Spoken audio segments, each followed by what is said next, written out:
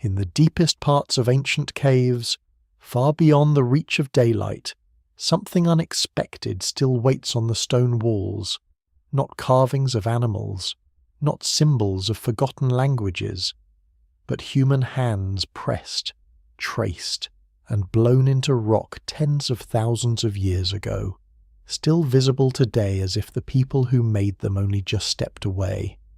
No names survive, no voices remain, only these silent impressions, frozen in darkness longer than any civilization has existed. What were they doing in these places? Why leave their own hands behind in the dark, where no one was supposed to see them again?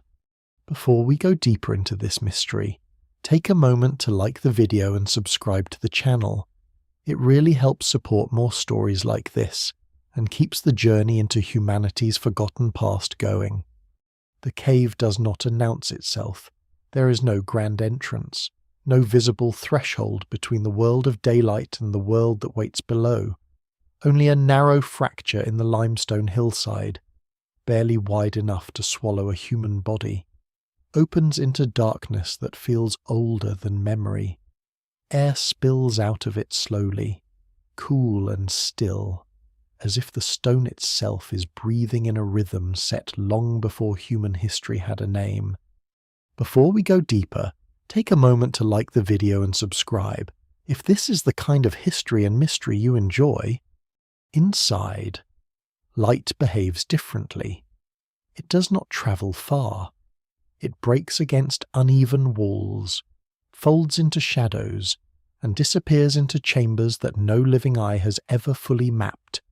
And yet, somewhere beyond the reach of torchlight, something waits on the stone surface that should not feel so immediate, so human.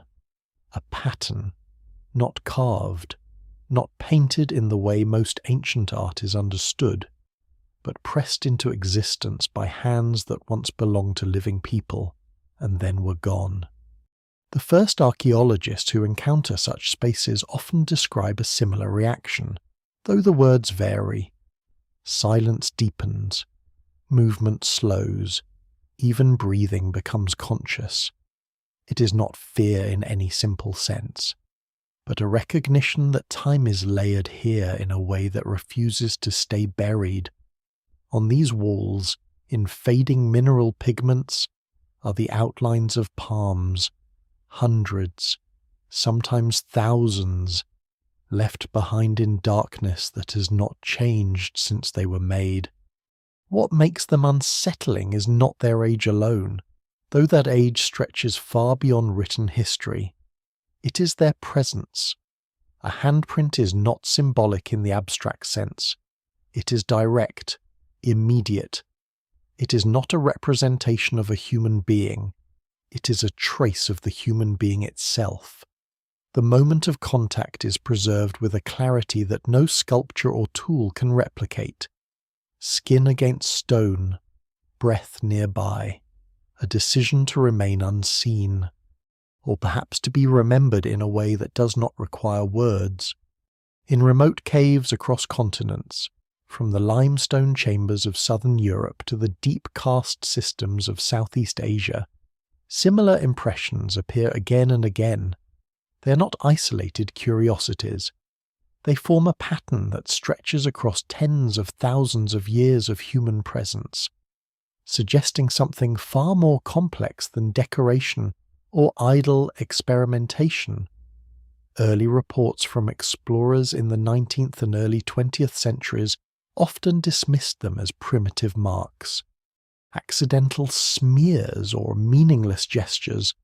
But as archaeological methods improved and as more sites were carefully documented rather than hurriedly catalogued, the scale of the phenomenon began to emerge. Some caves hold a handful of hand stencils. Others hold entire galleries where the walls seem to pulse with absence rather than presence, as if the people who made them stepped forward only long enough to leave their outlines behind. The repetition is striking. Left hands, right hands, adult hands, and smaller ones, sometimes clustered together in ways that suggest groups rather than individuals acting alone.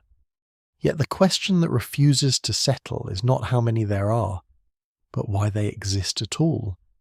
What compelled early humans, living in environments shaped by uncertainty and survival, to enter deep underground spaces and press their bodies into stone in ways that would outlast them by tens of millennia? Modern archaeology does not offer a single answer. Instead, it offers fragments. Pigment analysis shows the use of ochre, a naturally occurring iron oxide that can produce vivid reds and yellows when ground and mixed with water or fat.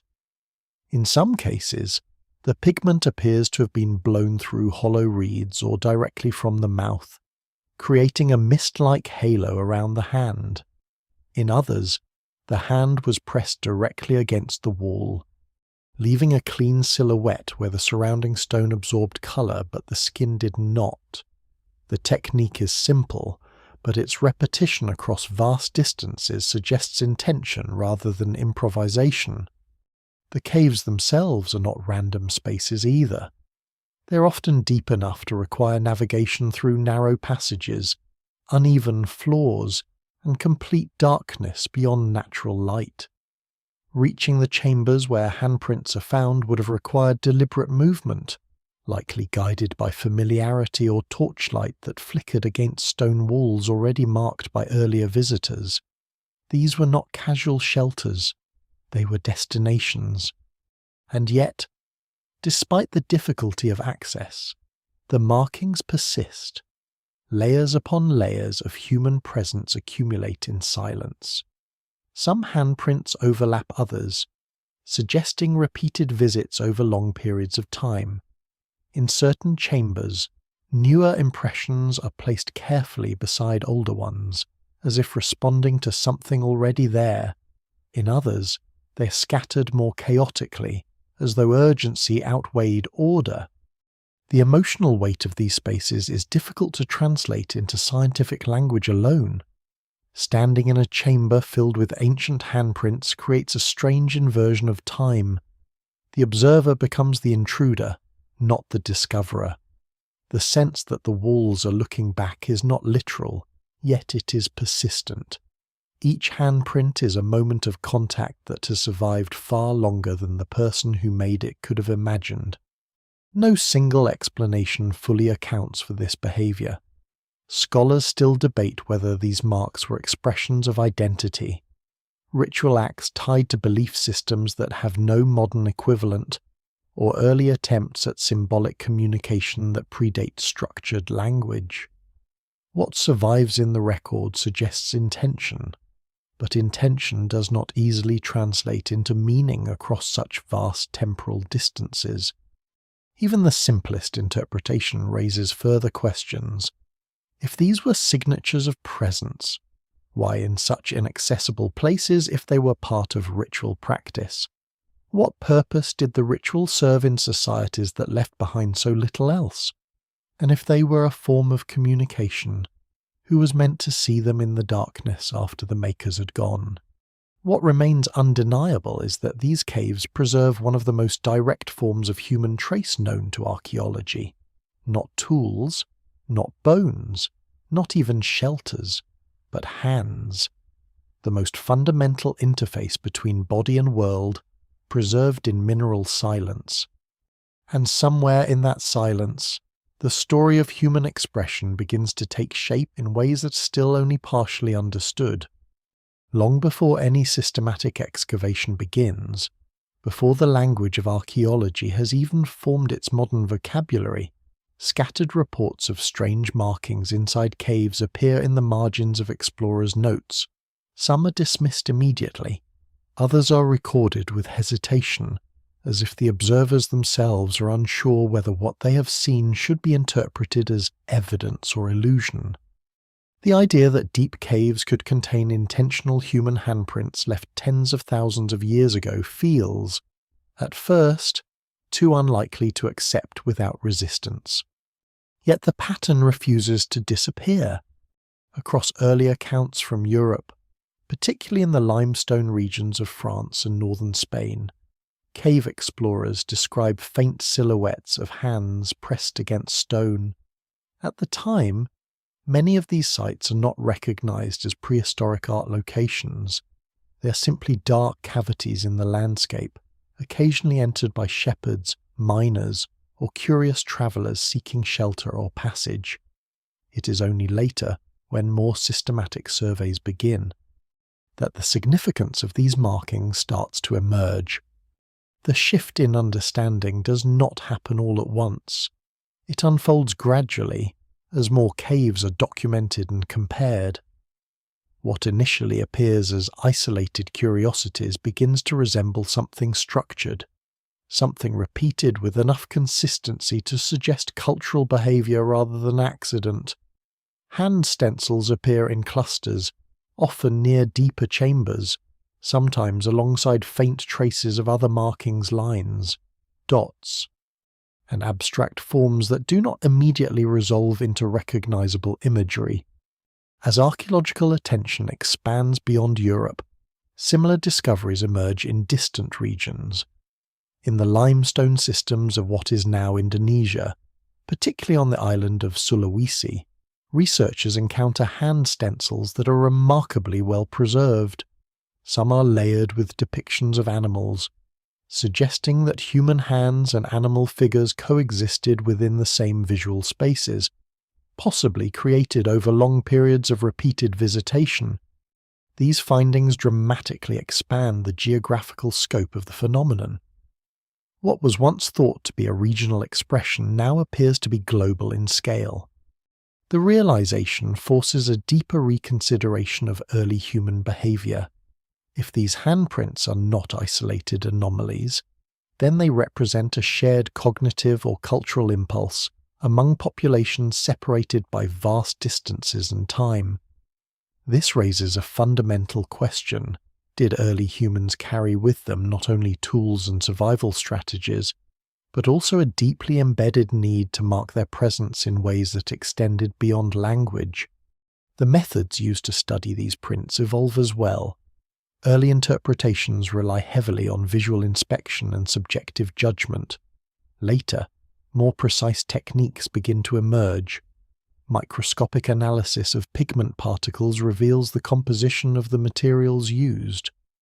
Radiometric dating methods allow researchers to estimate the age of surrounding mineral deposits and organic residues, indirectly placing constraints on when the handprints were made. Uranium series dating, applied to thin layers of calcite that form over cave paintings, provides minimum ages that often push these artworks far deeper into prehistory than previously assumed. The results are not always comfortable. In several cases, the dates challenge established timelines of human cognitive development. Some hand stencils appear to be significantly older than expected, suggesting that symbolic behaviour may have emerged earlier and perhaps more widely than traditional models of human evolution account for. While these findings are carefully scrutinized and often debated, they contribute to a growing sense that the story of human symbolic expression is far more complex than a linear progression. Inside the caves themselves, the placement of handprints continues to draw attention. They're not randomly distributed across available surfaces. Instead, they tend to appear in specific zones, often in areas that require deliberate movement to access. Narrow passageways open into larger chambers where ceilings rise unexpectedly, and walls curve in ways that naturally draw the eye towards certain focal points. In these spaces, handprints accumulate in clusters, sometimes forming dense fields of overlapping impressions. One of the most intriguing aspects is the variation in size and shape. While many prints appear consistent with adult hands, others are noticeably smaller. This detail, though simple on the surface, introduces an entirely new layer of interpretation. If these prints were part of shared activities, then they may have involved individuals of different ages, possibly including children. This raises questions about how early human groups structured participation in symbolic or ritual behavior, and whether such practices were integrated into daily life or reserved for specific moments. The repetition of technique across sites is equally significant. In many cases, the same basic methods appear: pigment blown around the hand, direct contact with the wall, or a combination of both.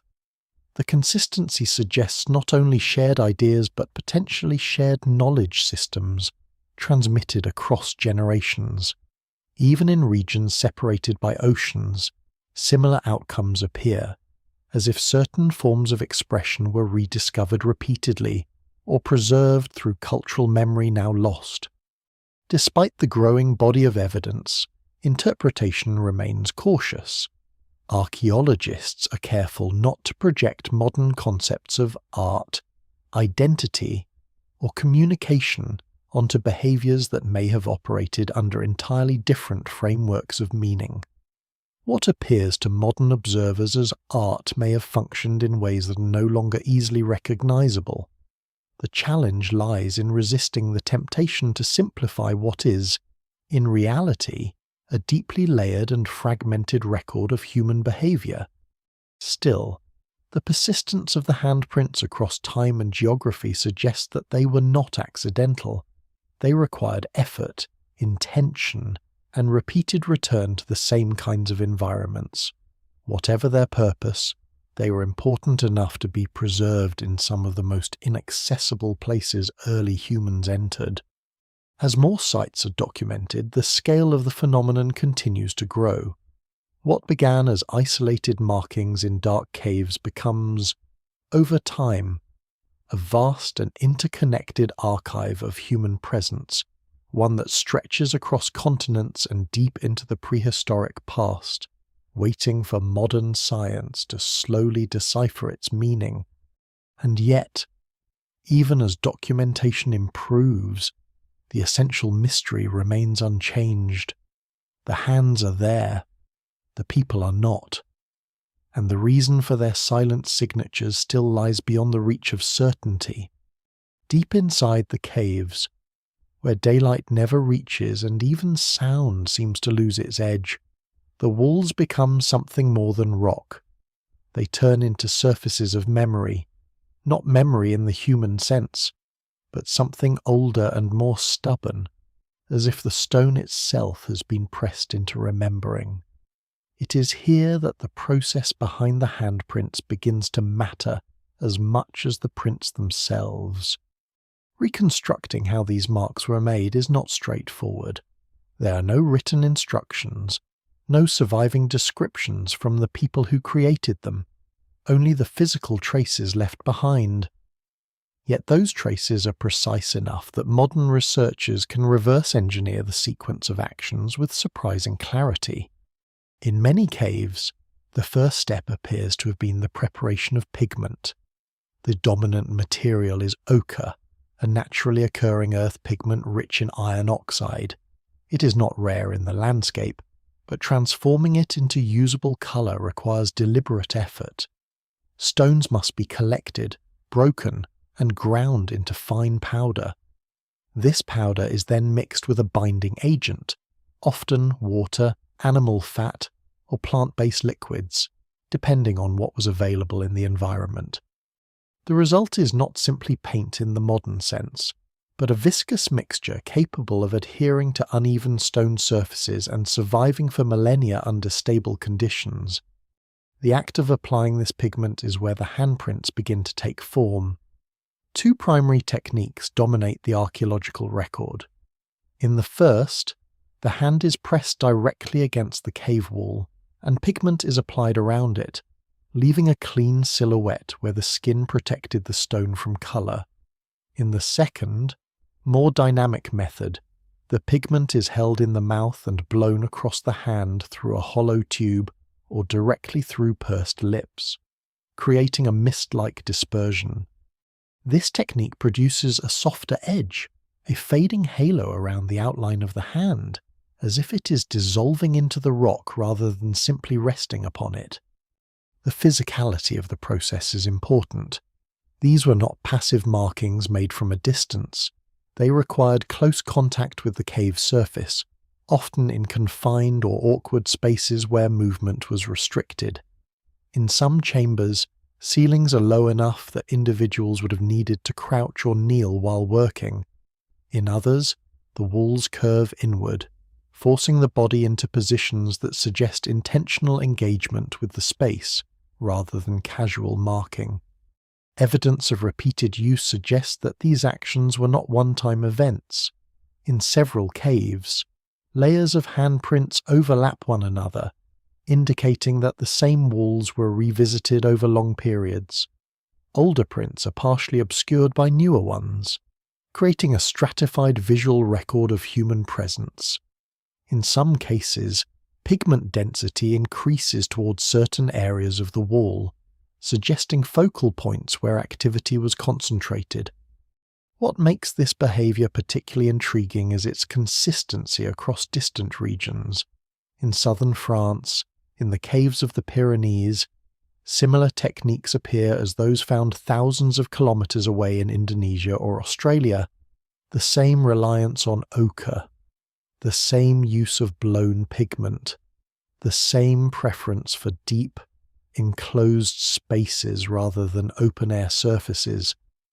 This raises the possibility that these behaviors were not independently invented in isolation, but may reflect shared cognitive patterns that emerged early in human evolution. Yet caution remains essential. Similarity does not necessarily imply direct connection. Human groups separated by vast distances could have arrived at comparable solutions independently, driven by similar environmental and psychological conditions. The urge to leave a trace of presence, especially in transitional spaces like caves, may be a universal feature of human cognition rather than evidence of cultural transmission. Still, the precision of execution suggests more than improvisation.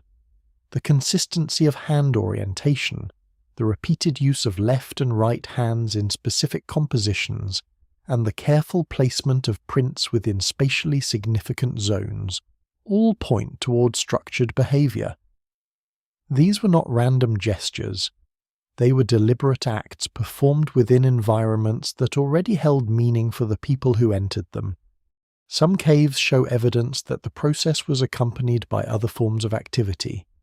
Nearby walls sometimes contain faint geometric markings, finger tracings in soft clay surfaces, or impressions that suggest movement in sequence through the space. In a few rare cases, footprints preserved in sediment floors align with the positions of handprints on walls, creating a subtle choreography of presence that unfolds through the chamber.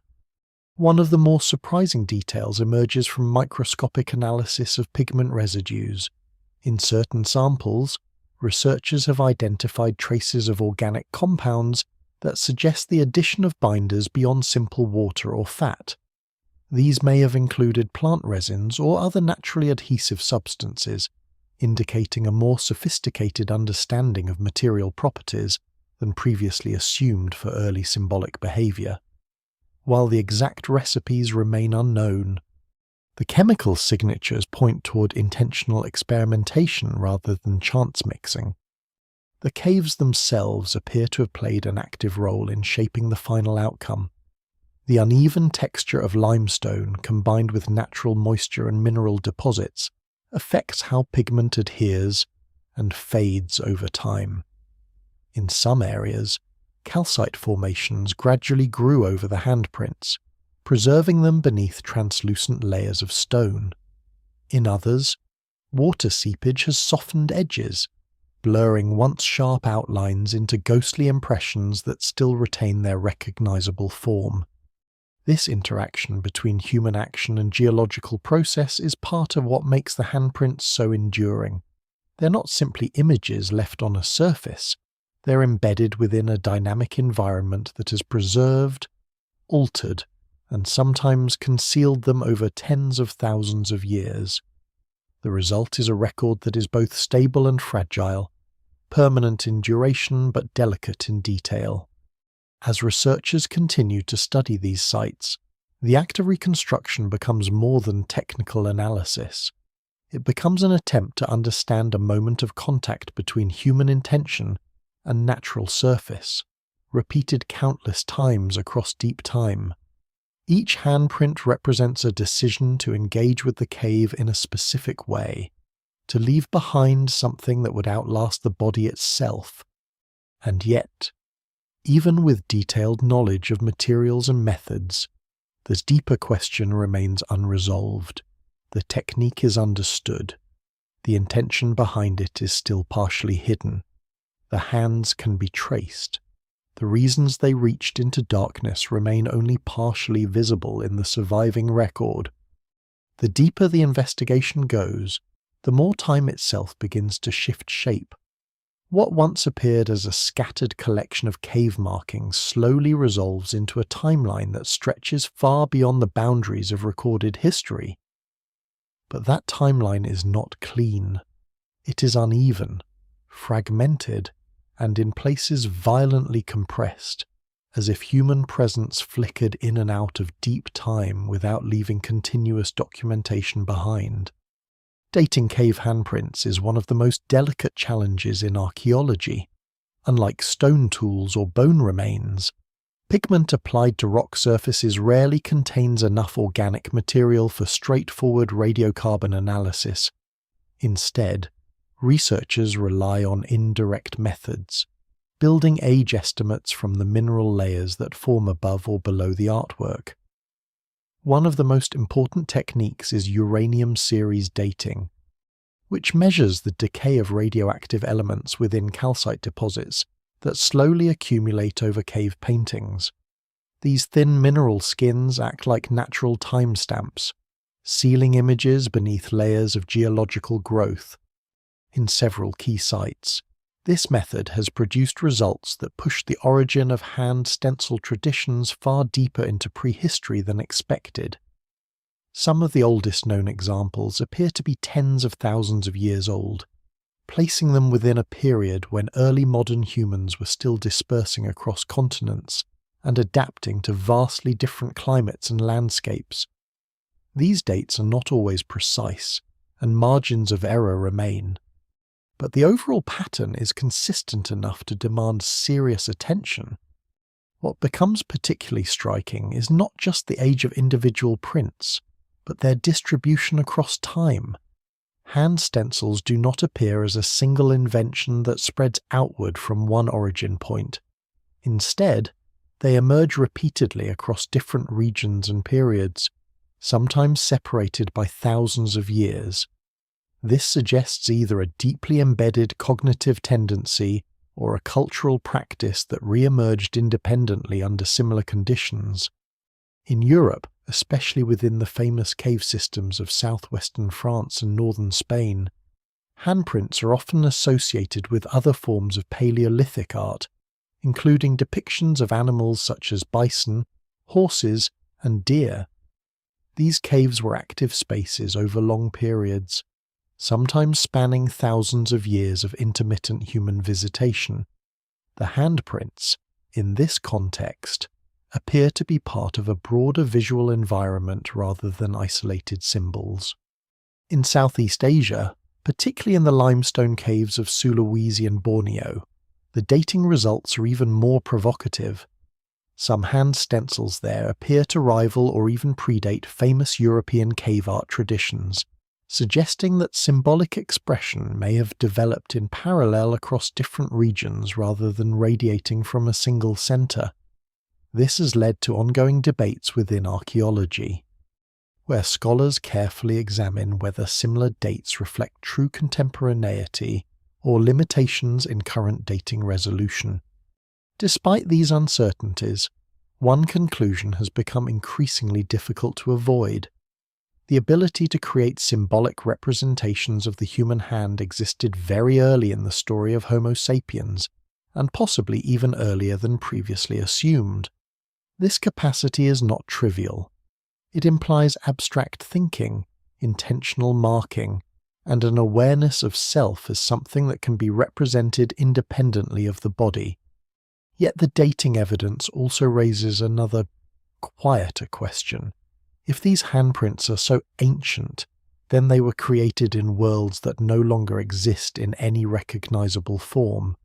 Climate conditions were different, animal populations were different. Even the geography of certain regions has changed dramatically due to sea level fluctuations, erosion, and tectonic activity. Some caves that were once far inland are now coastal. Others that were once accessible may now lie buried or submerged. The handprints, therefore, are not only ancient in time but also displaced in space from the environments in which they were originally made. In a few exceptional cases, hand stencils are found beneath layers of sediment that suggest multiple phases of occupation. Older prints lie partially obscured beneath newer mineral deposits, indicating that caves were revisited across generations. These stratified surfaces function almost like palimpsests, where human activity is written, partially erased, and rewritten again over long periods. The result is a compressed archive of presence that resists simple chronological interpretation. Another complicating factor is preservation bias. Not all pigments survive equally well. Some handprints have faded into near invisibility, detectable only through specialized imaging techniques such as infrared photography or 3D laser scanning. Others remain strikingly vivid, protected by favorable microclimates within the cave system. This uneven preservation creates the impression of clusters in time, when in reality the original distribution may have been far more continuous. What is clear, however, is that these markings were not casual or incidental. Their consistent placement in deep, protected sections of caves suggests that the act of creating them required planning and effort.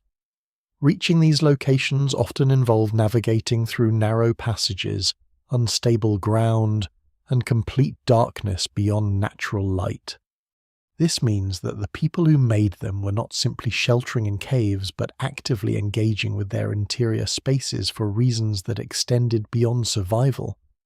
As more sites are analysed, the dating evidence continues to refine our understanding of early human symbolic behaviour, but it does not resolve the underlying mystery.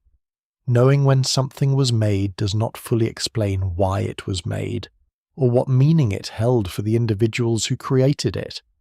The hands remain fixed in place, their ages now partially known, but their purpose still suspended in uncertainty. Time has given them context, but not explanation. And in that gap between chronology and meaning, the mystery of the cave handprints continues to deepen. Across continents and oceans, in landscapes that would never have been connected by any direct road or shared horizon, the same silent gesture appears again and again. A hand pressed against stone, a shadow of a body that is no longer there. The repetition is so widespread that it begins to feel less like coincidence and more like a pattern embedded in the human condition itself. In the limestone caves of southern Europe, the hand stencils cluster in deep chambers where darkness is absolute. In Southeast Asia, similar impressions appear on vast rock shelters overlooking river valleys and forested plains. In parts of Australia, hand outlines are found alongside early engravings of tracks and animal forms, and in isolated regions of the Americas, though less frequently preserved, comparable markings emerge within cave systems that once held prehistoric human activity. What is striking is not only their presence, but their similarity. The same basic technique, the same reliance on natural pigments, the same preference for protected, enclosed spaces rather than open surfaces exposed to weather, even where local environments differ dramatically. The underlying behavior remains consistent enough to suggest a shared psychological framework rather than purely environmental adaptation. This global pattern forces a difficult reconsideration of early human symbolic behavior. If hand stencils were a local invention, one might expect significant variation in form and method between regions. Instead, what emerges is a remarkable convergence. The human hand, regardless of geography, becomes a repeated motif of presence, not as an object of utility, but as a mark of identity. Some researchers interpret this convergence as evidence of a deeply rooted cognitive impulse.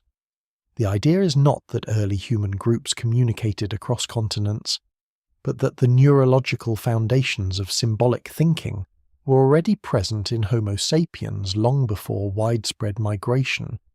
Under this view, the act of marking a hand becomes an almost inevitable outcome when certain cognitive thresholds are reached. The body becomes both subject and symbol, and the simplest available form of representation is the body itself.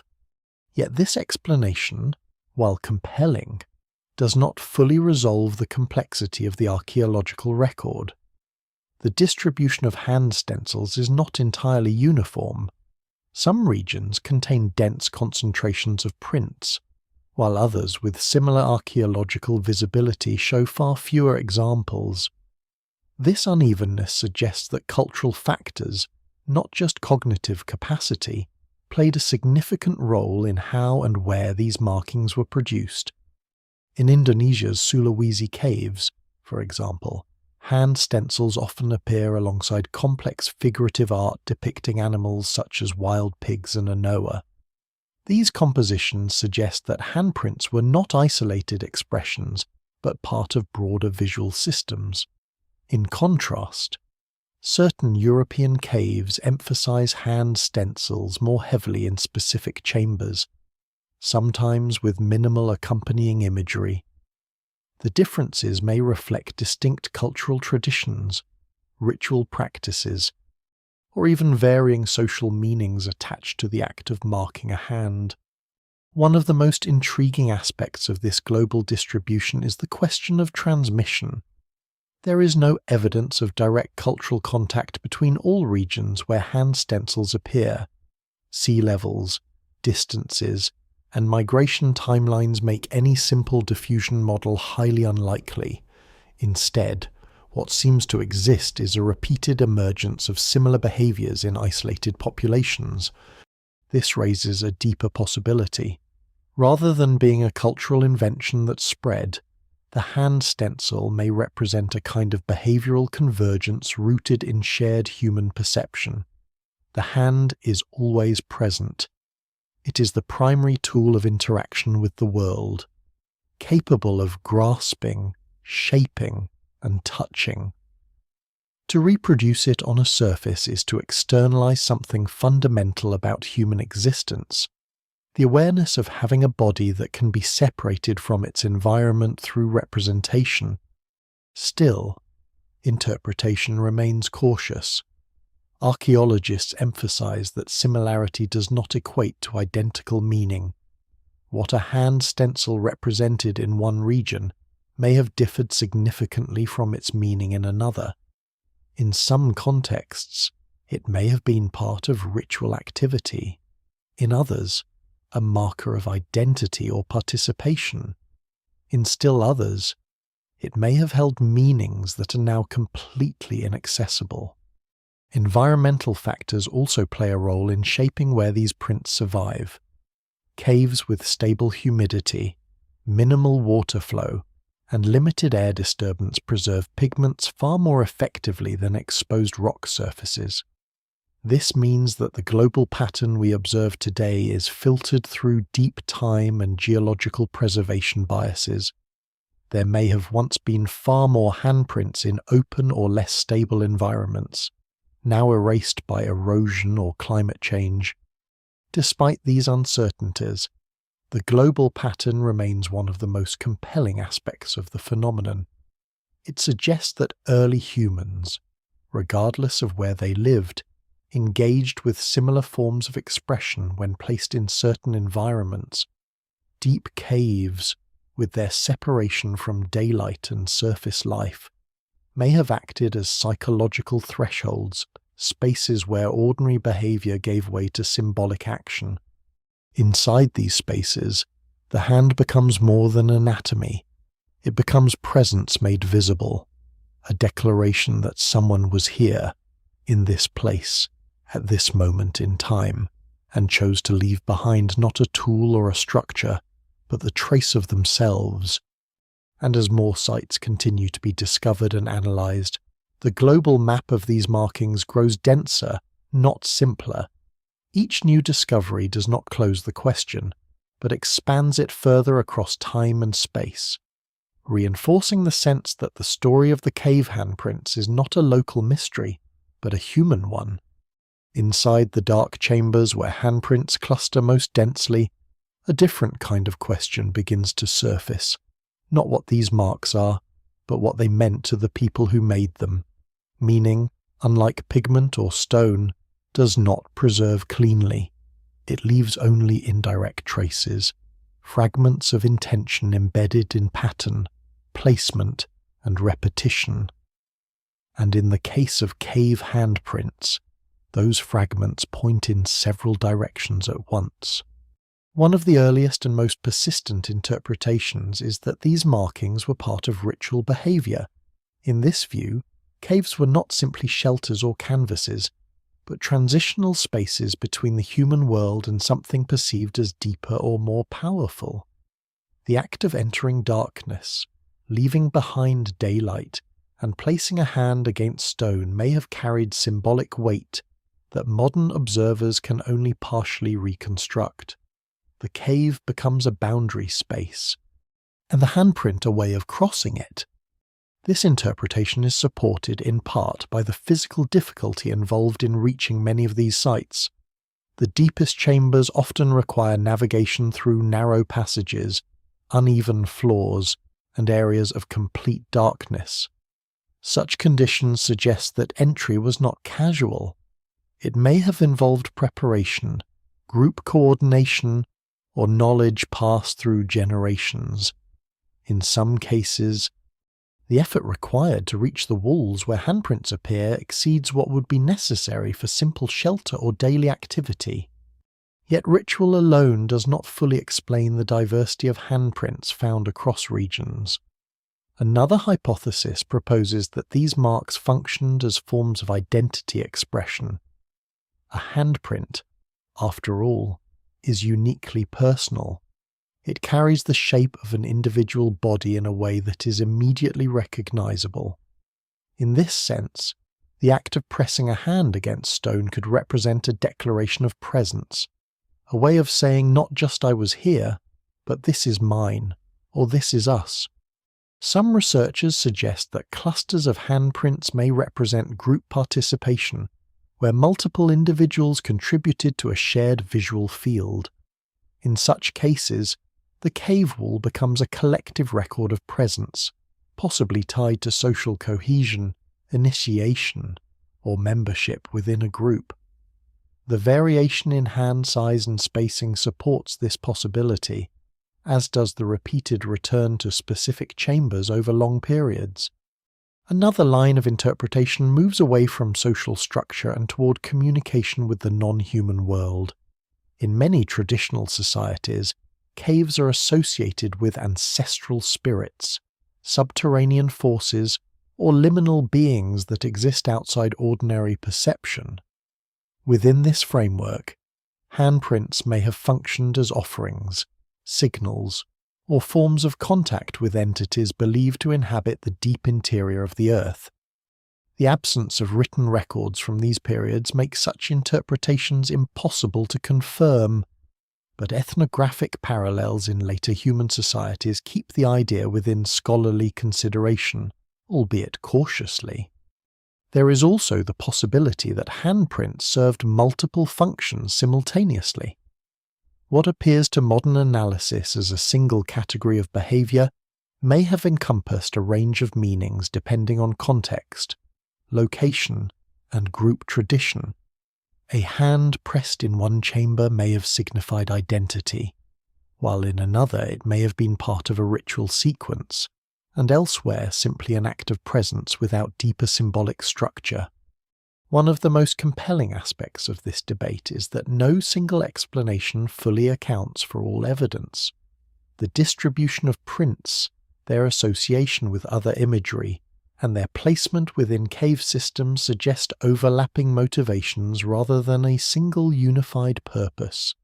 Archaeology, in this sense, is not reconstructing one story, but several that intersect in the same physical spaces. Even the choice of location within caves may carry meaning.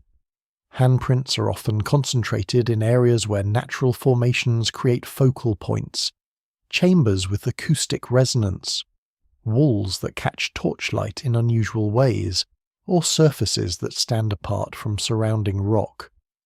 These spatial features may have influenced how early humans experienced the interior environment, shaping where and how marks were made. The presence of children's handprints adds another layer to interpretation.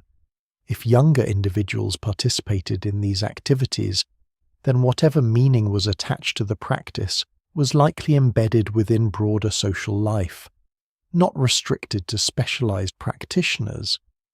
This challenges older assumptions that symbolic behavior in prehistory was limited to elite or designated individuals. Instead, it suggests a more integrated form of participation, where expression and identity were shared across age groups. Still, uncertainty remains central to every interpretation. The further back in time these markings extend, the less stable the surrounding cultural context becomes. Without written language or continuous traditions, meaning cannot be directly recovered. It must be inferred from material traces that were never intended to carry explanation for future observers. What remains consistent, however, is the effort required to create these impressions, whether ritual, identity, communication, or something more fluid. Each handprint represents a deliberate act performed in environments that demanded intention. These were not accidental marks left in passing.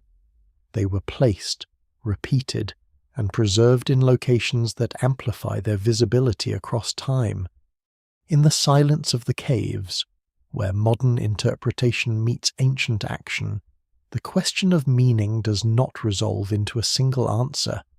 Instead, it spreads outward, like pigment blown across a hand, forming a haze of possibility that still clings to the stone. And within that haze, the hands remain unchanged, waiting for meanings that time has not fully surrendered. Among all the handprints preserved in deep caves, the smallest impressions carry an unexpected weight. At first glance, they might seem insignificant, easily overlooked beside larger, more defined outlines pressed into the same stone surfaces. But when measured carefully, their proportions reveal something that shifts the entire interpretation of these ancient spaces. Some are unmistakably small enough to belong to children. This observation changes the atmosphere of the caves in a subtle but profound way.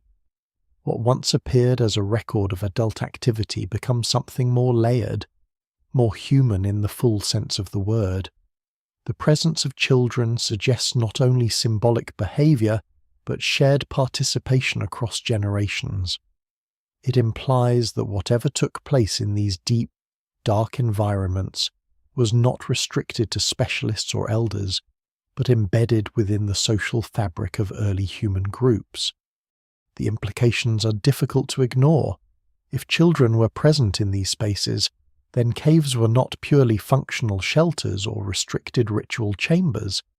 They were places of learning, imitation, and possibly initiation. The act of placing a hand on stone may have been something observed, taught, or encouraged, rather than an isolated or accidental gesture. In several caves, clusters of small handprints appear alongside larger ones, sometimes overlapping or positioned in close proximity. The spatial relationship suggests interaction rather than coincidence. A smaller hand beside a larger one could indicate companionship, guidance, or shared participation in a collective act. In this context, the cave wall becomes not just a surface for expression, but a record of social relationships preserved in mineral form. Yet interpretation must remain cautious. Hand size alone cannot always be used as a definitive measure of age. Factors such as measurement distortion, angle of contact, and preservation conditions can affect perceived dimensions. Even so, the repeated occurrence of clearly small prints across multiple sites strengthens the argument that younger individuals were indeed involved. If this is the case, then questions arise about the role of children in early symbolic behavior. Were they passive observers, accompanying adults into deep caves, or active participants contributing their own marks to shared surfaces? Some researchers propose that participation itself may have been part of the learning process, where imitation and repetition served as pathways for transmitting cultural knowledge. This possibility aligns with broader understandings of early human development. Symbolic behavior is not simply an adult invention passed down in finished form. It is likely shaped through interaction, observation, and gradual integration into daily life. The cave, in this sense, may have functioned as a space where such learning was made visible, where gestures could be repeated and reinforced in environments that carried emotional or social significance. At the same time, the presence of children introduces a quiet attention into the interpretation of these sites. Deep caves are not naturally comfortable environments. They are dark, confined, and often difficult to navigate. The decision to bring younger individuals into such spaces suggests either a high level of familiarity with the environment or a strong cultural motivation that outweighed practical concerns. In some cases, archaeological evidence points to repeated visitation patterns.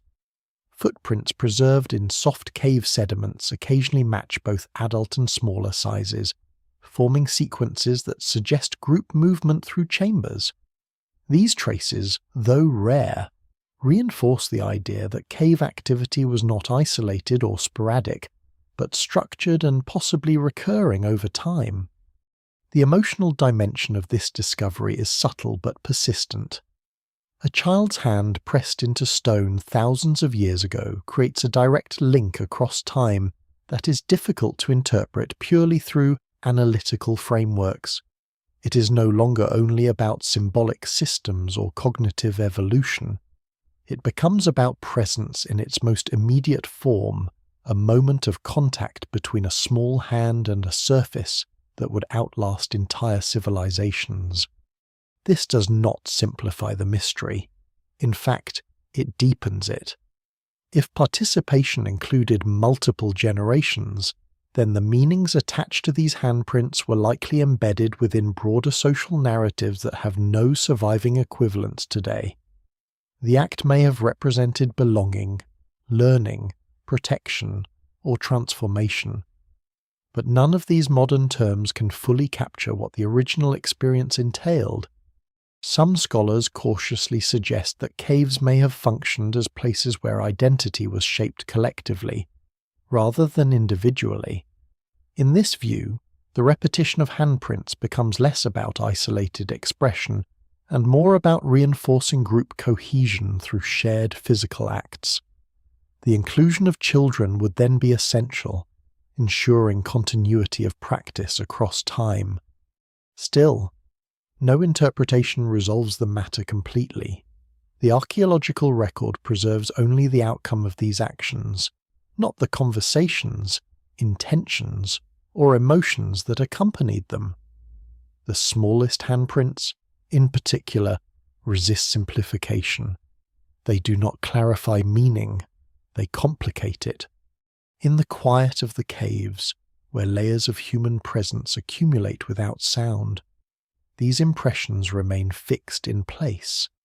Adult hands, child hands, overlapping in patterns that suggest both repetition and continuity. Together, they form a record not only of symbolic behavior, but of shared experience across generations whose voices have long since disappeared.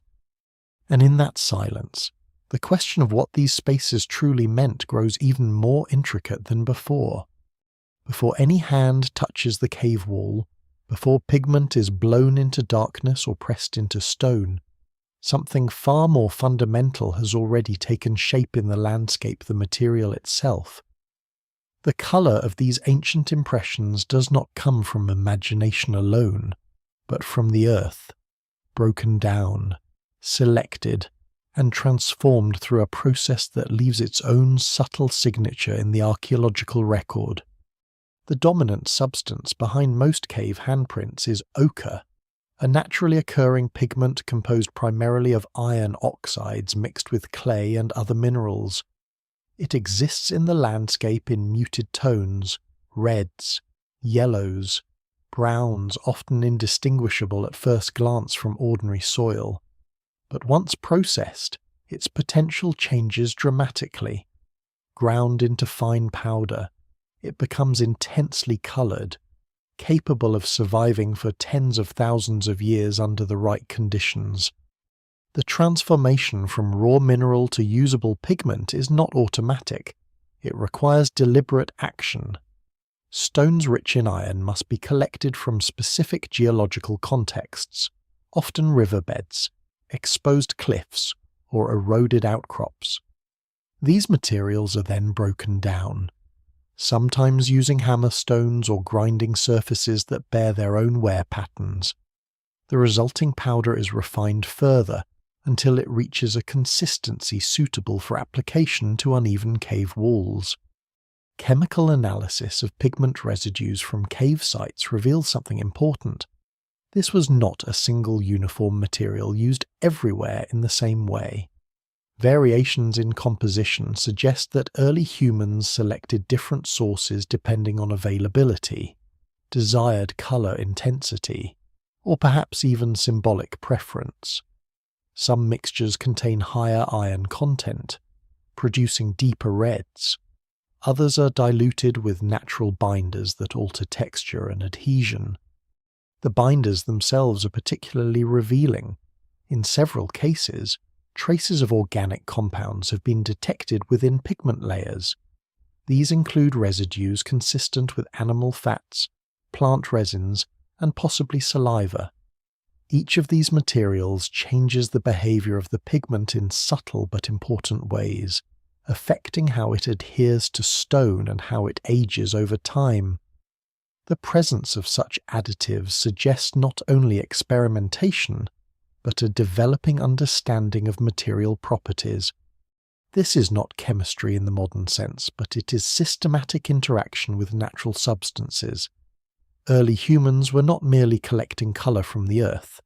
They were modifying it, testing it, and refining it through repeated use. The consistency of certain mixtures across distant regions suggests that some knowledge may have been transmitted culturally, while other techniques may have emerged independently through repeated experimentation under similar conditions. When applied inside caves, these pigments interact with the environment in complex ways. Limestone surfaces absorb moisture unevenly.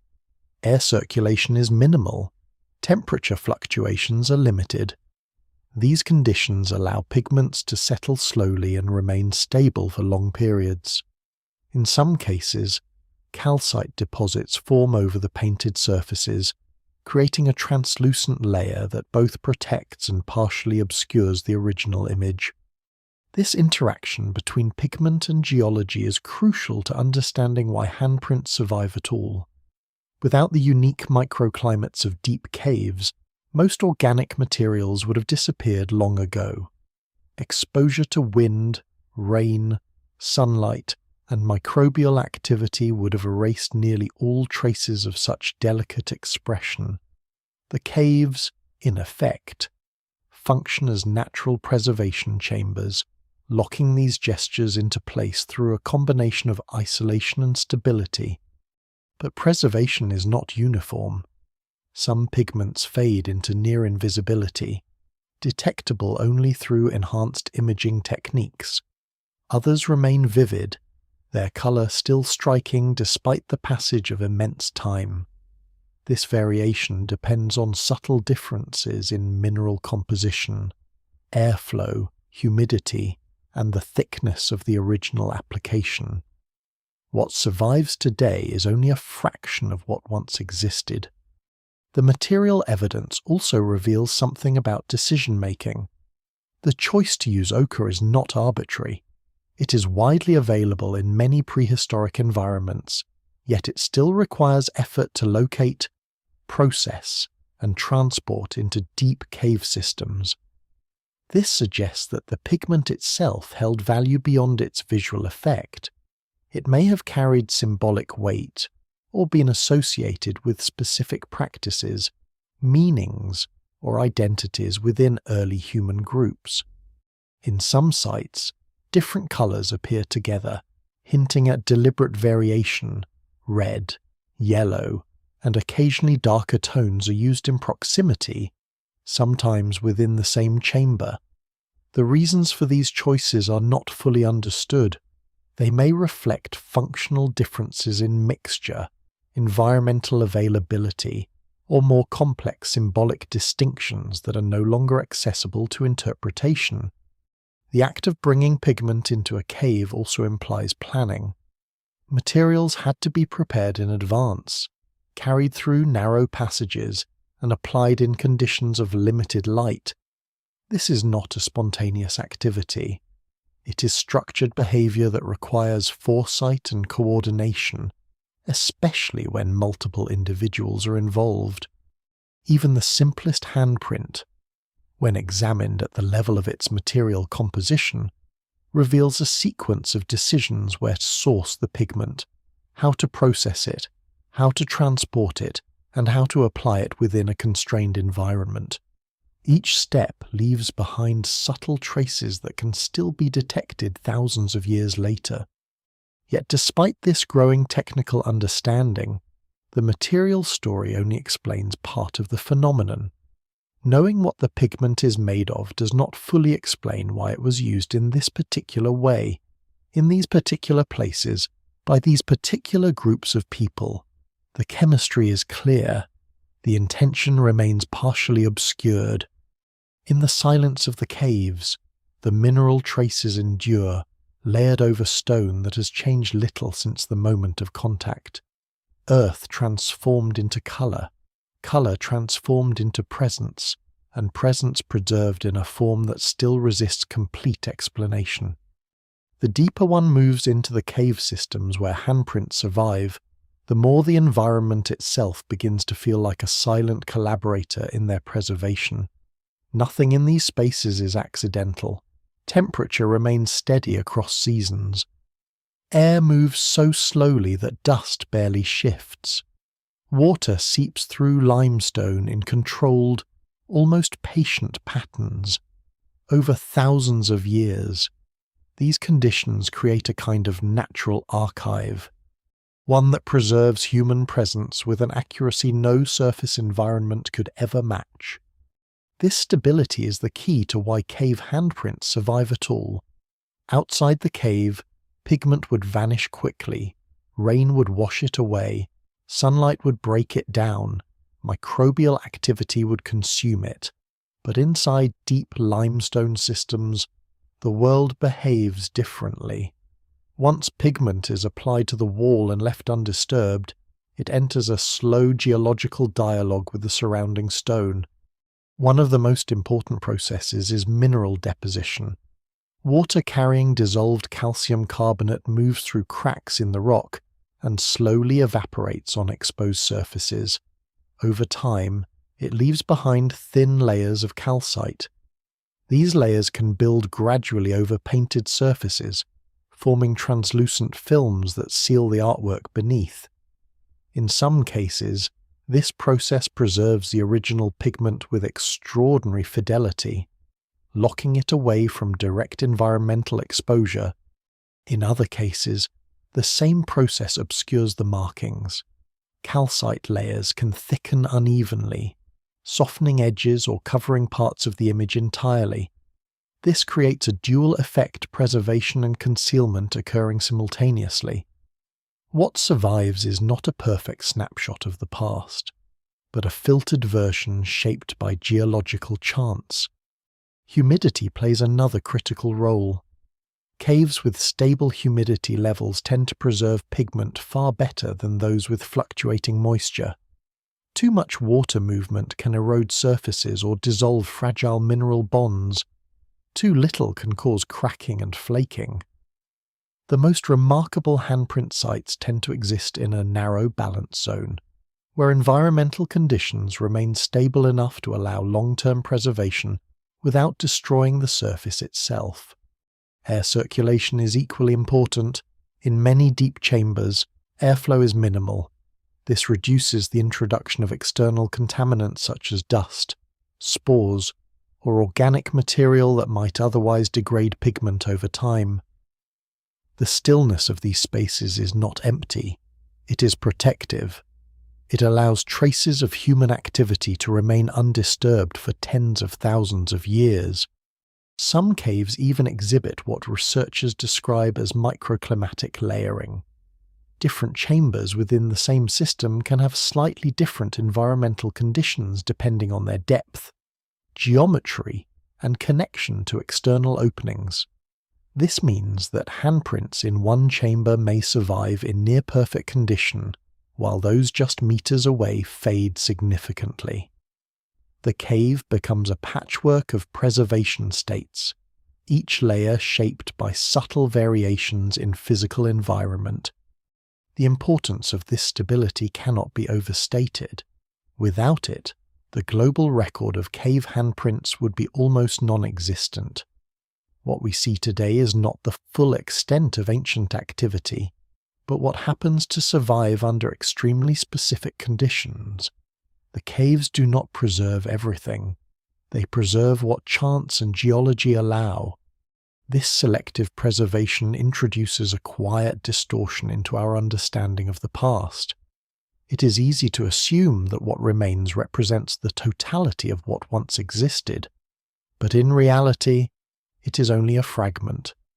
Entire chambers may have once been covered in pigment that has since disappeared. Handprints may have been far more widespread than the surviving record suggests. The silence of empty stone does not necessarily mean absence of activity. It may simply reflect loss through time. Even within preserved sites, change continues. Mineral growth does not stop once it begins. Pigments continue to interact with surrounded rock, slowly altering in color, clarity, and texture. In some cases, red ochre darkens over millennia. In others, it fades towards softer tones as chemical interactions reshape its structure. The handprints we observe today are not identical to what their creators originally saw. They are evolved versions of themselves, shaped by long exposure to geological processes. Modern imaging technologies have begun to reveal what the naked eye cannot detect. Infrared scanning, 3D surface mapping, and digital enhancement techniques can uncover faint traces of pigment beneath layers of calcite or sediment. In some caves, entire networks of handprints have been revealed only through these methods, suggesting that the visible record is only a fraction of what still exists beneath the surface. This technological layer adds a new dimension to the mystery. It shows that even in spaces considered fully explored, there may still be hidden evidence waiting to be discovered. The caves are not static archives. They are dynamic systems, holding multiple layers of human activity, some visible, some buried, some slowly emerging through scientific interpretation. The interplay between preservation and loss defines the entire study of cave handprints. Every surviving impression is the result of a long sequence of environmental conditions aligning in just the right way. Temperature, moisture, mineral flow, air stability, and geological timing all converge to protect a fragile moment of human action. Without any one of these factors, the record would likely not exist. And so the caves become more than shelters or canvases. They become participants in the survival of memory itself. Not memory in the human sense, but memory embedded in stone, shaped by physics, and maintained by slow and indifferent geological processes. What remains today is not only the story of ancient hands, but the story of an environment that unknowingly preserved them, allowing them to reach across immense stretches of time and into a world that would otherwise have no knowledge of their existence. At some point in the long sequence of human evolution, the hand stops being only a tool and becomes something more difficult to define. It is no longer just the instrument that grasps stone, shapes wood, or gathers food. It becomes a reference point for identity itself, a way of understanding the self as something that can be represented outside the body. The cave handprints sit at the edge of this transformation, where physical action begins to overlap with symbolic thought, in a way that leaves lasting traces in stone. What makes the hand so central to this process is its constant visibility. Unlike internal thoughts or spoken words, the hand is always present in daily life. It acts, it touches, it creates. Early humans would have observed it continuously, not as an abstract concept, but as a living interface between body and environment. To reproduce it on a cave wall is to take something endlessly familiar and turn it into something newly significant. In this sense, handprints may represent one of the earliest externalizations of self-awareness. Not self-awareness in the modern psychological sense, but a more immediate recognition: this shape is me, this mark is mine, this presence can persist even when I am no longer here. The cave wall becomes a surface where the boundary between body and world is briefly suspended. Researchers studying symbolic cognition often place cave handprints within a broader category of early representational behavior. Alongside abstract markings, engravings, and figurative art, they suggest a gradual shift in how early humans processed information about themselves and their surroundings. Instead of reacting solely to immediate stimuli, humans begin to create symbols that stand in for objects, beings, and eventually, themselves. The handprint is unique within this progression because it does not require abstraction in the same way as drawn figures. A depiction of an animal requires translation from observation to representation. A handprint requires only presence. It is both object and representation at the same time. This simplicity may explain its recurrence across different regions and time periods. In some caves, handprints appear in ways that suggest intentional composition rather than random placement. They are arranged in rows, clusters, or overlapping sequences that create visual density. In certain chambers, negative space becomes as important as pigment, with the absence of colour forming shapes as meaningful as the prints themselves. These arrangements hint at a developing sense of visual structure, even if the rules governing that structure are no longer known. The question of language often arises in discussions of these markings. Were handprints a form of communication? The answer is not straightforward. They do not function like written language in any conventional sense.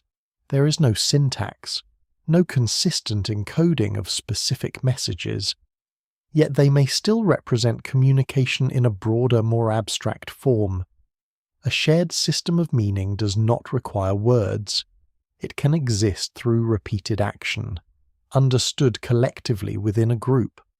Some researchers propose that handprints may have functioned as markers of participation or presence within specific contexts. In this view, the act of leaving a handprint is less about conveying information to future observers and more about confirming involvement in a shared activity. The meaning would have been immediate and local, understood by those present in the cave at the time, but not necessarily intended for distant audiences across generations. This interpretation helps explain why handprints appear in such inaccessible locations. Their audience may not have been distant or future viewers at all, but the participants themselves. The cave becomes a closed environment where meaning exists only within the moment of creation. What survives today is an unintended consequence of that act, not its original purpose. Yet even this explanation leaves gaps. The emotional and cognitive significance of placing a hand on stone in darkness is difficult to reconstruct. It may have involved feelings of transition, belonging, or separation from everyday life.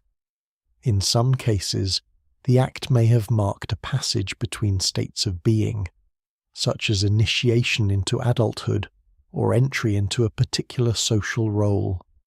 None of this can be confirmed directly, but the possibility remains consistent with the effort and context observed in the archaeological record.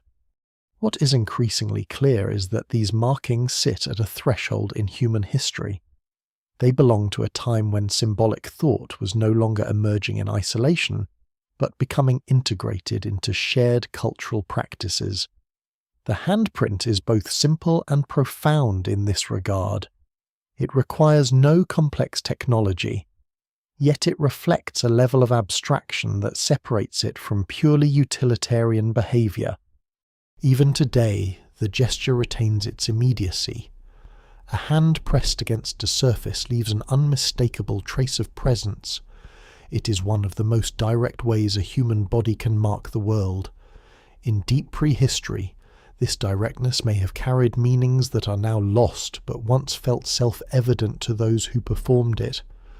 The caves preserve this moment of transition without explanation.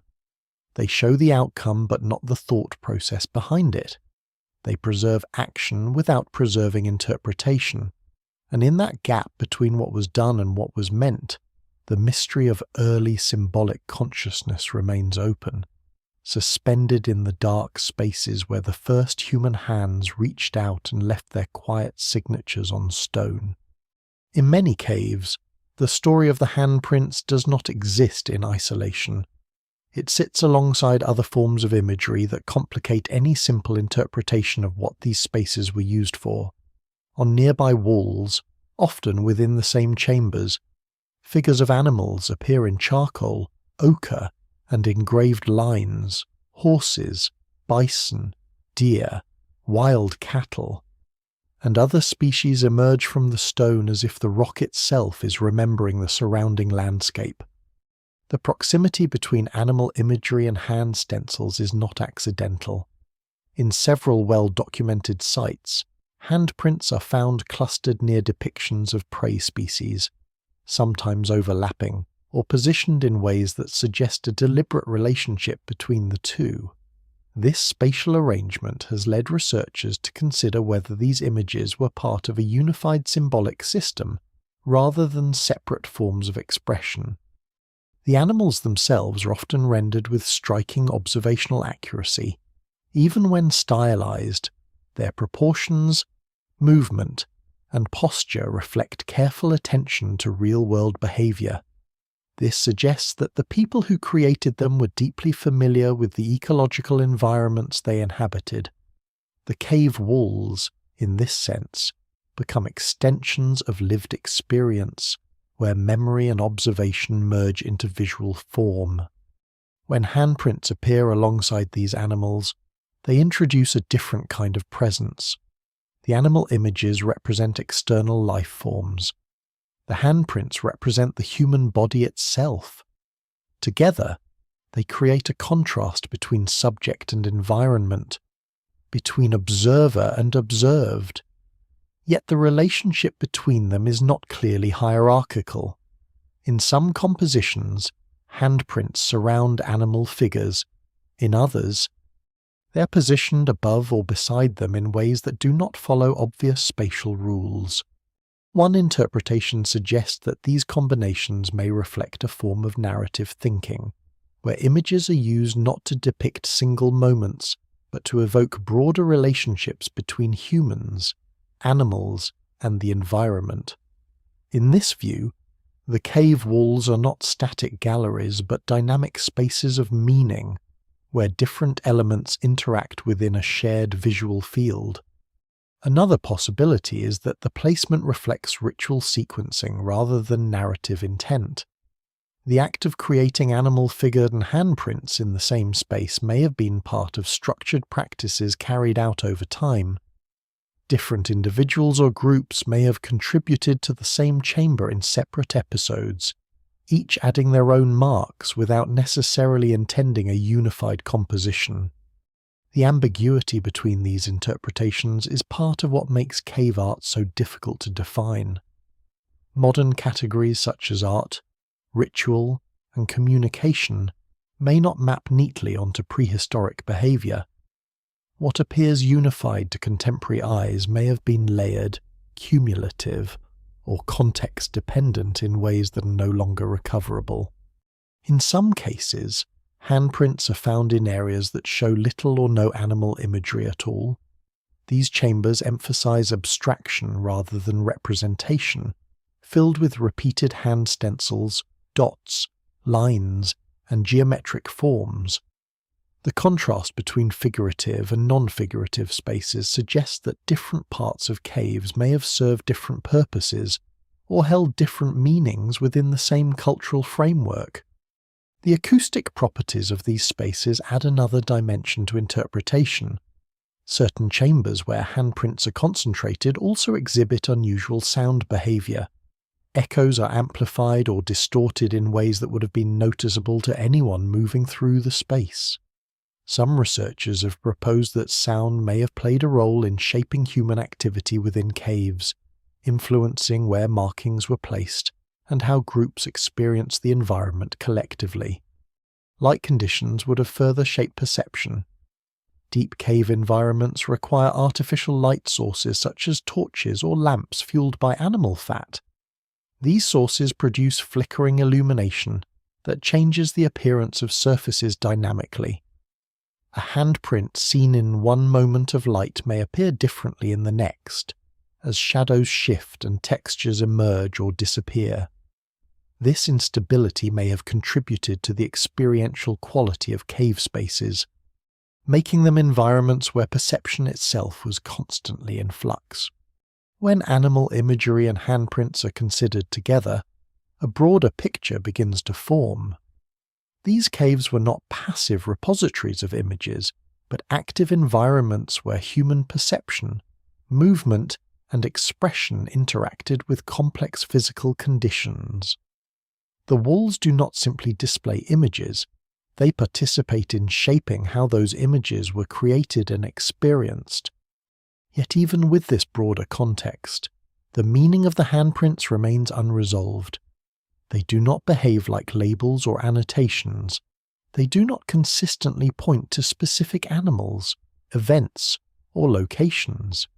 Instead, they exist as persistent marks of human presence within a world dominated by other forms of life. In this sense, the cave walls may reflect a relationship between humans and their environment that is not purely representational. The animals depict the surrounding ecosystem. The handprints assert the presence of those who observed it. Together, they form a dialogue without words, where both human and non-human existence are recorded in parallel rather than in explanation. The result is a layered visual landscape that resists simple interpretation. Each element contributes to a broader sense of meaning that is distributed across space, time, and repeated visitation, and within that complexity, the handprints remain one of the most direct and persistent traces of human presence, fixed in place while the world around them continues to change. In some chambers, the silence is broken by a detail that feels almost unsettling in its subtlety. Among the overlapping handprints, a number of impressions show missing fingers, bent digits, or unusual configurations that do not match natural resting hand positions. At first glance, these anomalies seem accidental, the result of poor preservation or uneven pigment application, but the repetition of the pattern across multiple sites makes that explanation less certain. These altered hand shapes appear too consistently to be ignored. In certain caves, entire clusters of prints show similar finger reductions, sometimes affecting the same digits across different individuals. The pattern raises difficult questions about whether these are artistic choices, symbolic gestures, or reflections of physical conditions within early human populations. One hypothesis suggests that the missing fingers may reflect ritual practices.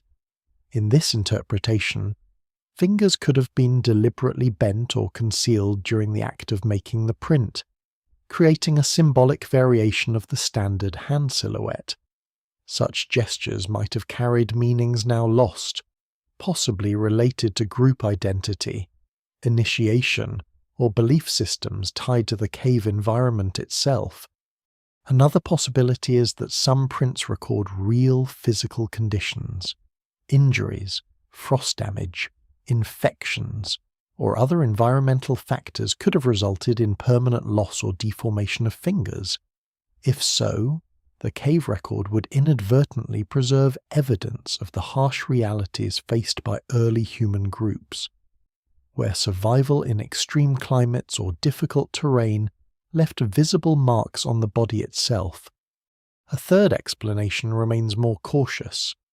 The apparent patterns may be partly shaped by how pigment interacts with uneven surfaces. When a hand is pressed against rough stone or pigment is blown around it, small variations in angle or pressure can create the illusion of missing or distorted fingers. In this view, what appears intentional may in some cases be an artifact of technique and preservation. Yet none of these explanations fully resolves the distribution of the phenomenon. The repetition across distant regions suggests that something consistent was occurring, even if its meaning is no longer accessible. The cave record preserves the shape, but not the decision behind it. This ambiguity extends into broader interpretations of handprints themselves.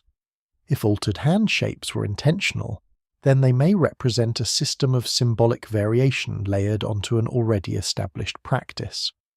The hand would not only represent presence, but modified states of identity, participation, or meaning depending on how it was positioned during creation. If they were accidental or physical, then the caves preserve something equally significant in a different way, a quiet record of lived experience. Injuries, adaptations, and bodily differences become embedded in symbolic spaces, unintentionally linking survival with expression. The boundary between daily life and symbolic activity becomes less distinct than previously assumed. What is particularly striking is that these variations appear in the same deep cave environments where standard hand stencils are also found. This suggests that whatever caused the differences did not fundamentally separate individuals from participation in the practice, whether symbolic, physical, or incidental. The altered hands were still placed on the same walls, in the same spaces, as the rest of the community's marks. This inclusion hints at a social structure that was not rigidly exclusionary. Even variation in physical form did not necessarily prevent participation in shared acts of marking presence. The cave walls, in this sense, record not only idealized forms of the human hand, but its diversity, imperfections, and lived conditions. At the same time, the mystery deepens because no explanatory framework fully accounts for all instances. Ritual theory explains some patterns but not all. Physical condition explains others but fails to account for repetition in symbolic contexts. Technical distortion explains a portion, but not the consistency across sites and regions. The evidence resists simplification. What remains constant is the act itself, the placement of a hand against stone in a space removed from everyday light and activity, whether complete, altered, or partially obscured. The gesture is repeated with enough regularity to suggest importance beyond mere accident. In the end, the missing fingers do not close the question. They open it further. They remind us that even within seemingly simple gestures, layers of meaning, condition, and chance are intertwined in ways that time has not separated.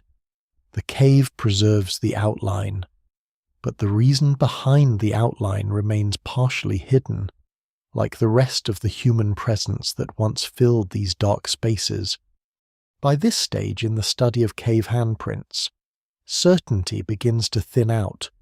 What remains is not a single explanation waiting to be uncovered, but a widening field of disagreement shaped by incomplete evidence and competing interpretations. The deeper the record is examined, the more it resists consolidation into one coherent story. Instead, it fractures into multiple possibilities that coexist without resolution. Archaeologists, anthropologists, and cognitive scientists approach the same markings from different angles, and this divergence naturally produces different conclusions. Some emphasize ritual and symbolic systems. Others focus on social structure and learning processes. Still others frame the handprints as early expressions of self-awareness, without assigning them any fixed cultural function. Each perspective captures part of the evidence, but none captures all of it. One of the central points of debate concerns intention. Were these handprints deliberately created as meaningful symbols understood by others, or were they personal acts whose significance never extended beyond the moment of creation? The distinction is subtle but important. If the marks were communicative, they imply shared systems of meaning. If they were personal, they suggest something closer to individual expression without structured interpretation. Another area of disagreement lies in the function of caves themselves.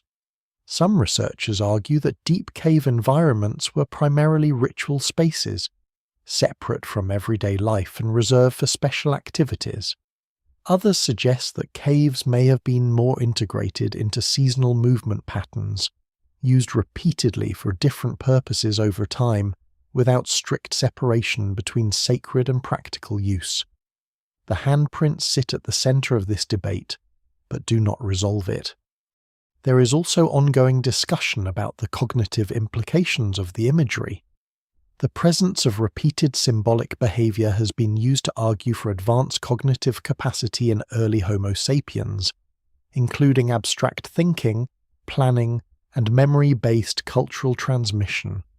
However, caution is often emphasized, since symbolic behavior alone does not map neatly onto modern categories of intelligence.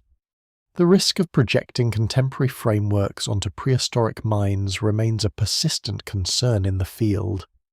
Even the idea of art itself is debated. The term carries modern assumptions about aesthetic intent and individual creativity that may not apply to prehistoric contexts. Some scholars prefer to describe these markings as visual practices or material traces of behavior, avoiding language that implies modern artistic categories. The handprints, in this sense, are not necessarily artworks but evidence of interaction between humans and their environments. Despite these disagreements, there is broad agreement on one point: the cave handprints represent intentional human activity. The consistency of technique, placement, and repetition across time and geography makes accidental formation extremely unlikely. Beyond that shared foundation, interpretation diverges. Part of the difficulty lies in the absence of direct cultural continuity. The groups who created these markings left no written explanations, no oral traditions that survive in recognizable form, and no continuous lineage that can be traced into historical societies. What remains is material evidence stripped of its original interpretive framework. This creates a fundamental gap between observation and meaning. Researchers can describe what is present with increasing precision: pigment composition, spatial distribution, stratigraphic context, but cannot access the internal logic that governed the behaviour. The result is a record that is highly detailed yet fundamentally incomplete. In some cases, attempts to bridge this gap draw on ethnographic analogies from historically documented societies that use hand-related symbolism or cave environments in ritual contexts. While these comparisons can offer insights, they are always indirect and must be applied cautiously. There is no guarantee that similar practices share the same meanings across vastly different cultural and temporal contexts. The diversity of interpretations reflects not only the complexity of the evidence, but also the limits of archaeological inference. Each new discovery adds detail, but does not necessarily reduce ambiguity.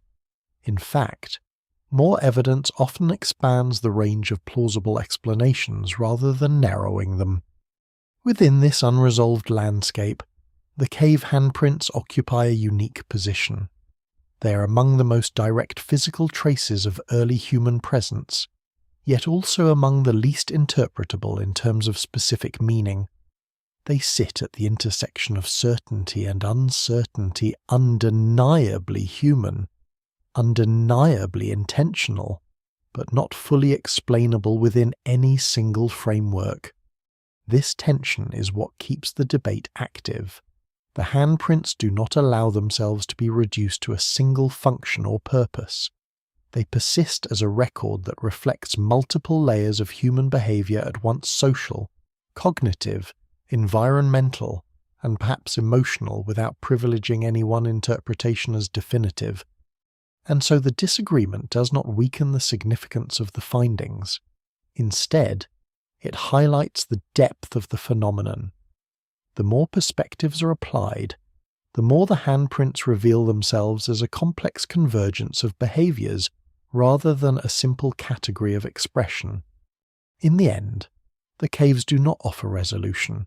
They offer persistence, marks that remain even when meaning does not, and within that persistence, the debate itself becomes part of the story, an ongoing attempt to reconstruct something that was never meant to be fully preserved in the first place. New technologies have begun to change what can be seen inside caves that were once thought to be fully understood. Places that appeared to contain only a limited number of handprints are revealing hidden layers of imagery, as if the walls were never a single surface but a stack of overlapping histories waiting for the right kind of light to separate them. High-resolution 3D scanning, multispectral imaging, and advanced digital enhancement techniques now allow researchers to detect pigment traces that are invisible under normal conditions. What looks like blank stone to the naked eye can, under specific wavelengths, reveal faint outlines of hands, partial silhouettes, or pigment residues that survived only in microscopic fragments. In some caves, this has dramatically expanded the known number of handprints. Entire clusters that were previously undocumented emerge from what was assumed to be empty wall. These discoveries suggest that earlier surveys, limited by human perception and traditional lighting, captured only a fraction of what is actually present. The caves are not revealing new art so much as revealing hidden continuity. This technological shift also changes how preservation is understood. It is no longer enough to think in terms of what survives visibly. The record now includes what survives chemically, structurally, and optically beneath the surface of perception. Even heavily faded or partially eroded handprints may still exist in full, preserved in ways that require artificial methods to reconstruct. The implication is significant. The apparent scarcity of handprints in certain regions may not reflect actual absence in the past, but rather uneven survival or detection. Entire sections of cave systems may once have been densely marked, their imagery slowly erased by mineral growth, water flow, or surface degradation over tens of thousands of years. This expanded visibility also reveals new complexity in how handprints were distributed. In some chambers, Previously unseen layers show that handprints were added in distinct phases separated by long periods of inactivity. These phases are sometimes marked by changes in pigment composition, hand orientation, or placement patterns. The result is a stratified visual history embedded directly into the cave walls. Rather than a single moment of creation, many caves now appear as long-term sites of repeated engagement. The same surfaces were revisited across generations, with each return adding another layer of presence. This reinforces the idea that caves were not static locations but evolving environments of meaning. The technology also exposes subtle variations in technique that were previously indistinguishable. Slight differences in pressure, pigment density, or application method can now be detected with precision. These variations may reflect different individuals, different groups, or different purposes, though interpretation remains cautious. What is clear is that the act of creating a handprint was not uniform. It contained nuance, even within its apparent simplicity.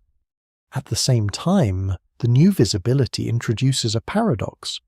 As more detail emerges, the overall image does not become clearer in a narrative sense. Instead, it becomes more complex. The additional data does not resolve interpretation, it multiplies it. Each newly revealed handprint adds to the density of the record without necessarily explaining the meaning behind it. This has led to a shift in how some researchers approach cave studies. Rather than searching for a single explanation, attention is increasingly focused on patterns of accumulation, variation, and repetition over time. The caves are being read less as messages and more as processes ongoing interactions between humans, materials, and environments that unfolded over vast stretches of time. One of the most striking findings from recent imaging is the discovery of ghost layers, where faint traces of handprints exist beneath visible surfaces. These hidden impressions suggest that in some cases, walls were reused so extensively that earlier marks became fully obscured, only to be partially recovered through technological enhancement. The idea that entire histories of human presence could exist beneath what is currently visible adds a new dimension to the concept of archaeological incompleteness. It also reinforces the role of chance in preservation.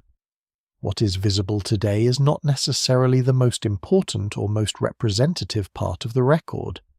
It is simply what survived in a form accessible to human perception and available technology. As tools improve, the boundaries of what can be seen continue to shift. Yet even with these advances, the essential mystery remains unchanged. The handprints are more numerous, more layered, and more complex than previously understood, but their purpose is still not fully accessible. Technology expands visibility, not interpretation. It brings the past closer in detail, but not necessarily closer in meaning.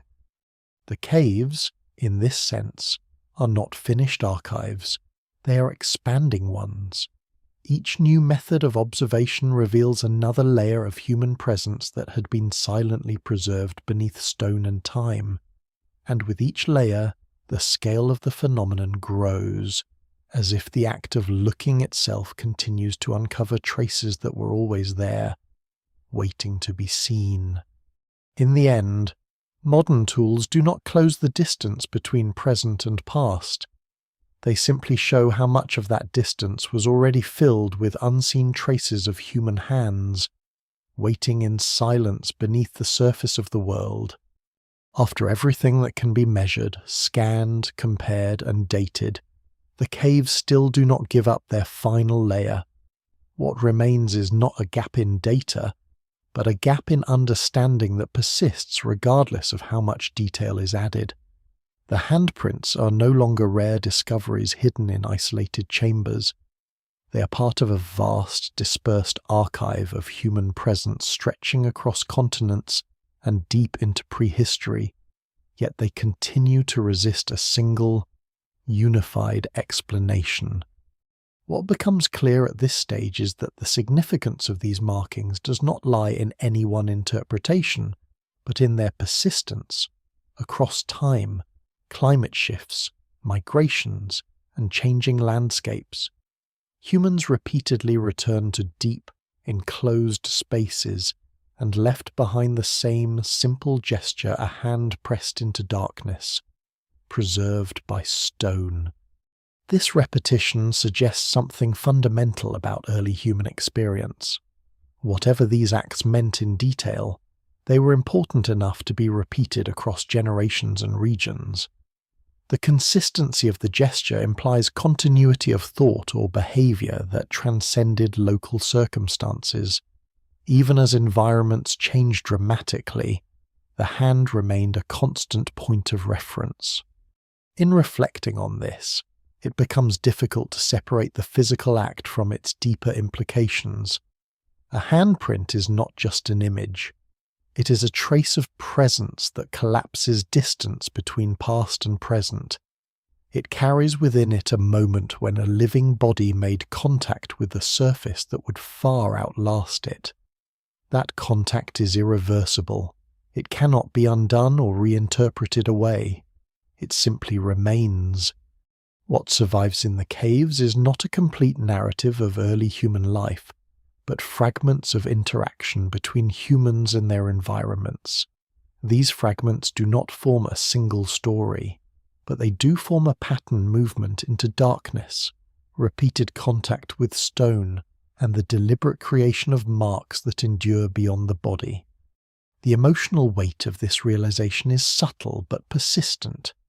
It is not rooted in spectacle or drama, but in the quiet recognition that some of the earliest known expressions of human presence were also among the simplest. No elaborate structures, no complex systems, just hands, pigment, and stone. Over time, the caves become less like sites of mystery waiting to be solved and more like witnesses to an ongoing human tendency, the desire to leave a trace, not necessarily for others to decode, and not necessarily for future generations, but as an immediate extension of being present in a place at a moment in time. Even now, long after the original meanings have faded, the handprints continue to exist in their original form. They do not evolve, argue, or explain themselves. They remain fixed in place, subject only to the slow movements of geology and time. Their silence is not absence of meaning, but absence of access to that meaning. The caves also remind us that disappearance is not the same as erasure. The people who created these marks are gone, but their actions persist in physical form. The boundary between presence and absence becomes less absolute when traces remain embedded in the material world for tens of thousands of years. As the perspective widens beyond individual caves, beyond regions and continents, the scale of the phenomenon becomes almost difficult to fully grasp. These are not isolated expressions scattered through prehistory. They are part of a widespread human behavior that appears, disappears, and reappears in different forms across vast stretches of time. And yet, despite this scale, the gesture itself remains unchanged in its essence. A hand reaching outward, a moment of contact, a mark left behind in darkness. In the end, the caves do not resolve the mystery of what these people believed or intended. Instead, they preserve something more fundamental, evidence that early humans were already engaging with the idea of permanence, already experimenting with ways to extend themselves beyond the limits of a single lifetime. The handprints endure not because they were meant to be understood, but because they were made in a world that still had no concept of how long they would last. And so they remain, not as answers, but as traces quiet, persistent, and still speaking in the only language stone can carry across time.